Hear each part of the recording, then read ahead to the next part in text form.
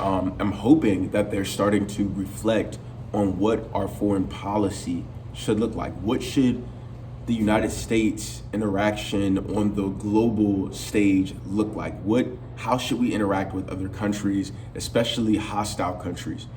And Sunday, the Taliban, as the United States pulled out, the Taliban pulled to the capital of Afghanistan and surrounded the capital.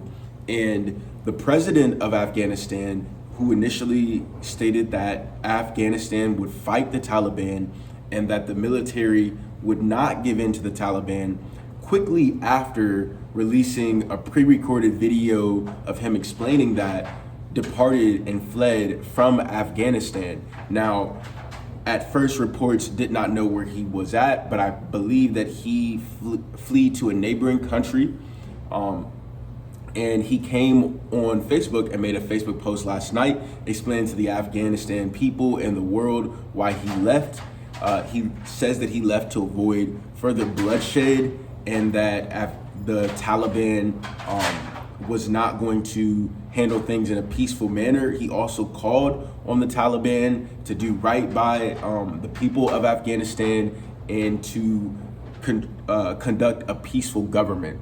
So that was his message. And the way that I felt was in shock when he left so quickly, especially after stating that he would stay there and fight for Afghanistan and against the Taliban, but he left very, very quickly afterwards. Now, the entire situation of leaving Afghanistan, which I agreed with, but there is no doubt, and this is something that people like Jake Tapper of CNN were pointing out last night, that the way that we left almost seemed a little bit unorganized. And I think that the primary reason why is because Joe Biden and a lot of the other people who were engaged, the other countries who were engaged in this with us, calculated that the Afghanistan government would be able to hold off the Taliban for a lot longer than that. Now, there were already reports that the Afghanistan government was not going to be able to hold off the Taliban, but I think the speed at which the Taliban was able to overtake the government was unexpected across the board for the most part. Now, Joe Biden had come out earlier and say that he didn't think that the Afghanistan government would fall to the Taliban anytime soon, but it fell immediately. And I think that precedent, that thought process that the Taliban wouldn't be able to overtake the government soon, led him to pull troops out before ensuring that all Americans were evacuated and ensuring that all Afghans who helped the American government during that time, those 20 years, were evacuated as well. So now we were left in a situation where the Taliban is quickly closing in on the country, and there's still Americans who are there in Afghanistan. There's still Afghan people who are there in Afghanistan who helped us. And it starts to look like this could quickly turn into a crisis where Americans and our allies' lives are in danger in Afghanistan. So he ended up sending in more troops for an emergency situation to help with the evacuation process. The evacuation process is pretty much a mess. Like I said, the Taliban has effectively taken over the capital city of, I think it's called Kabul. And we still have Americans there. We still have the allies who helped Americans there. We still have Afghans who helped Americans there. And the airport is pretty much swamped. If you look at the reports, people are at the airport trying to escape Afghanistan as quickly as possible. But there's so many people there that they are actually making it more difficult for the airlines to run fastly and efficiently because there's people that are blocking the runways. There's people who are preventing planes from leaving because they don't want to be left behind. And it's just a disastrous sort of situation there now. That part of it, I do think, should have been handled better. When you evacuate a situation like that, I think that you make sure that you cross all your T's and you dot all your I's before you pull out of the situation. But that's not what's happening there. Clearly, there's a lot of people that are being left behind, and that it's going to take much, much longer to get them out of Afghanistan than we initially expected. Now, the U.S. government has told the Taliban not to attack the embassy and not to attack Americans who are there before the United States pulls everybody out. So hopefully the Taliban is able to honor their word. I've watched some interviews of the leaders and the spokespeople of the Taliban, and they seem pretty level-headed in the fact that they understand that the United States of America is actually leaving the country and that it's in their best interest to hold up their side of the agreement with the United States, because it's not like they're at risk of losing the country now. So what could put them at risk of losing the country or losing at least creating more war is if they attacked Americans there. However, I'm not too, I am hopeful and I am pretty confident in the fact that American citizens will get out of Afghanistan. I am not confident in the fact that Afghans who helped America while we were there will get out on time. And I'm not even confident in the fact that all of them will be able to get out regardless of the time frame that it takes for them to get out. Because we know that President Biden recently announced a program for emergency visas for Afghans who helped us during that time period. But if you look at the reporting, if you look at interactions on CNN and other cable news outlets that the news outlets have had with people who are trying to get into that program, it is taking a long time. There's a lot of bureaucracy involved in it, and the approval process is still not streamlined. Some of them, their approval process could take years to get them here, and some of them are being falsely denied safety in the United States.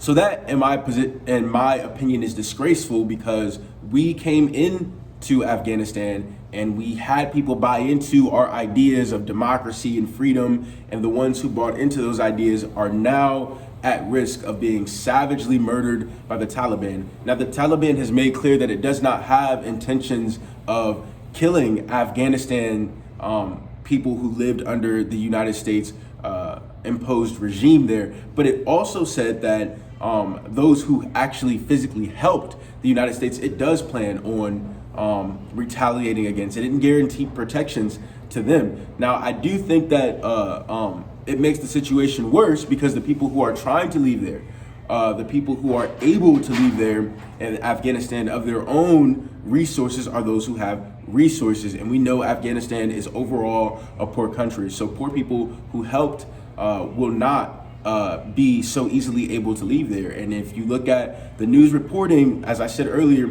the banks are now on overload, where there's so many people trying to pull money out at once. There's so many people trying to get their savings out at one time that the banks are not able to meet the demand for that money. So it is actually a disaster situation that's going over there now.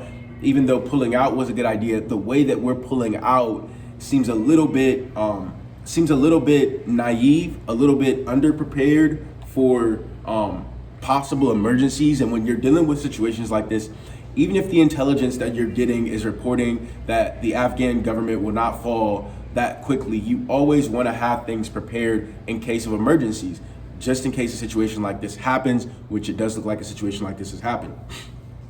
So we're still evacuating. The president has fled. It's a disaster. It was quickly taken over by the Taliban. And look at the media's reaction. Now, the media, both left and right, have been all over this, comparing it to Vietnam and our withdrawal from Vietnam. It does have some points of comparison there. I mean, the fact that we spent so much money and wasted so many American lives, and at the end to give up Afghanistan anyways, is a show that these long, drawn out wars are a disaster. I mean, from the very beginning, my opinion is that we should have just came in there. Once we reached out to Afghanistan, which was being run by the Taliban at the time, and we said that Osama bin Laden needs to be turned over to us for what he did in 9/11, in the 9/11 attacks, and Al Qaeda cannot have a safe haven there because of what they did in the 9/11 attacks. Because after they heard that and they understood that, and they chose to refuse to extradite Osama bin Laden. Once we invade the country, what you do is you go in and you accomplish just that sole mission. If it is possible to avoid civilian casualties and still accomplish the mission, for sure, 100% sure, you should avoid as many civilian casualties as possible. If trying to avoid civilian casualties, when people deal with a sophisticated military like the United States, their typical go-to for fighting is guerrilla tactics, hiding behind civilians, making their bases and their points of attack from places that are heavily populated by civilians. There comes a time that you have to accept that in order to accomplish that mission, there will be civilian casualties. But you go in there, you handle what you have to handle, which is the destruction and the total havoc reaping on the Taliban and Al-Qaeda and the capture and killing of Osama bin Laden, and you leave. You don't stay and occupy Afghanistan as some sort of colony, like we're Great Britain or something in 1930, and stay there and create hatred in the people of Afghanistan for you because of how long you're occupying their country and controlling their country. No, you get in there for the mission that you came in, and then you get out as soon as possible. That means less lives, less money spent, and we're not in an endless war where we have to look at scenes like this on TV when it's time to finally rip the Band-Aid off. Liz Cheney went on TV the other day. I believe she went on Associated Press. It might have been CBS News or ABC. I forget which one of those it was. But she went on and she did an interview, and she talked about this is what it looks like when America pulls out of wars. This is what it looks like when people chant that we have to end the endless wars. No, Liz Cheney, that's not what it looks like. And if we would have never been in this position in the first place, we wouldn't have to see what we see. But I still think that Americans, for the most part, are okay with ending these wars. The Republican Party used to be the party that was very, very, very pro-war, even though the Democrats were too, but to a lesser extent than the Republican Party was. Especially the Republican Party had grassroots support behind the wars. Now, if you're a person who is looking at the situation in Afghanistan and you are asking, well, what about the Afghan people over there? Well, what about the women over there who are now going to be facing levels of discrimination and probably some women retaliation? If we intervened in every country around the world where this was an issue, we would literally be intervening in the majority of countries in the world. The only countries where women's rights are respected to the extent that they are in the United States are other Western and European countries. And there are some non-European westernized countries such as Japan, South Korea, where this would be the case. But unless you can make the defense that we should invade everywhere, effectively everywhere except maybe South Africa and Botswana and Rwanda in Africa, unless you can make the defense that we should invade every single last country in the Middle East, unless you can make the defense, including Saudi Arabia, including Iran, including Dubai, the UAE and Dubai, which is a city in the UAE, unless you can make the defense that we should effectively invade the world, we cannot and should not intervene in countries because they are not upholding human rights to the standards which we would like for them to. Now, as an alternative of something that we can do for the Afghan people, and which the same people, the same Republicans who say that we have to do something about the people there are the same ones who will reject them emergency residency status or emergency refugee status. So a way that we can help them without spending tons, billions of dollars, and not only spending billions of dollars, but creating more enemies all over the world, more resources of the United States extended, and making our military less strong, which would be creating an emergency refugee program for them and streamlining it to be quick. They don't want to do that. They don't want to actually, because helping them, they only want to help them insofar as no immigrants to the United States. But if that is your prerogative, you cannot make the argument that the first and foremost thing that should be evaluated when considering foreign policy is whether or not the new government is going to respect human rights. We already know they're not going to respect human rights to the extent that we would like them to. The government that we had in there was not respecting human rights to the extent that we would like them to. So I don't buy the argument that that's what we should do. And you know what? We need to continue with this movement that's happening in the United States against these wars. I mean, the media is literally pressing the Biden administration and pressuring the Biden administration to basically stay all over the world, regardless of what Americans think.